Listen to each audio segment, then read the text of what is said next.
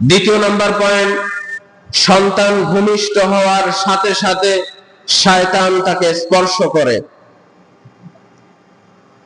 যখন কোন আদম সন্তান দুনিয়াতে আসে, ভূমিষ্ঠ হয়, তখন আসার সাথে সাথে, দুনিয়াতে জন্ম হওয়ার সাথে সাথে এই শয়তান তাকে স্পর্শ করে ফেলেন।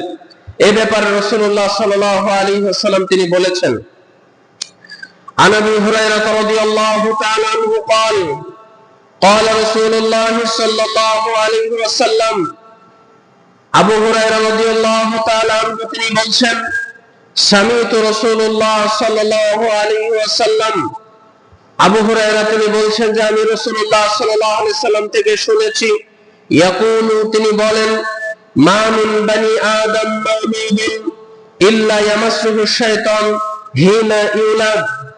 যখন কোন বনি আদম, এমন কোন বনি আদম নেই যে বনি আদম সন্তান জন্মের সময় যাকে স্পর্শ করে না।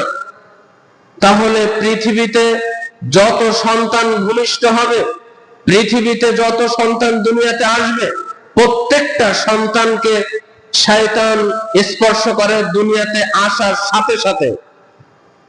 রাসূলুল্লাহ সাল্লাল্লাহু আলাইহি সাল্লাম বলছেন, প্রত্যেকটা এমন কোন বনি আদম নেই যাকে শয়তান স্পর্শ করে না। ফায়াস্তাহিল্লু সারিখান মিনাল মাসিশ শাইতান, সৃষ্টি হওয়ার সময় শয়তান তাকে স্পর্শ করে বলেই সন্তান জোরে চিৎকার করে কেঁদে ওঠে। আপনি আমি বিষয়টা জানি না, যখন সন্তান দুনিয়াতে আসে তখন সন্তান হঠাৎ করে কেঁদে ওঠে না, অনেক জোরে চিৎকার করে কেঁদে ওঠে। রাসূলুল্লাহ সাল্লাল্লাহু আলাইহি সাল্লাম বলছেন, ফায়াস্তাহিল্লু সারিখান মিনাল মাসিশ শাইতান, যখন শয়তান তাকে স্পর্শ করে, শয়তান যখন তাকে গুঁতা দেয়, তখনই সেই ভূমিষ্ঠ সন্তান, নবজাতক সন্তান জোরে চিৎকার করে কান্না করে ওঠে।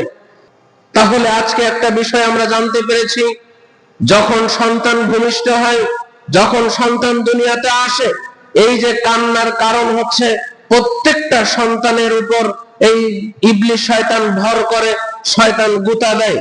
অপর একটা হাদিসে রাসূলুল্লাহ সাল্লাল্লাহু আলাইহি ওয়াসাল্লাম তিনি বলছেন, সিয়াহুল মাউলুদি হিনা ইয়াকাউ নাজগাতুন মিনাশ শাইতান।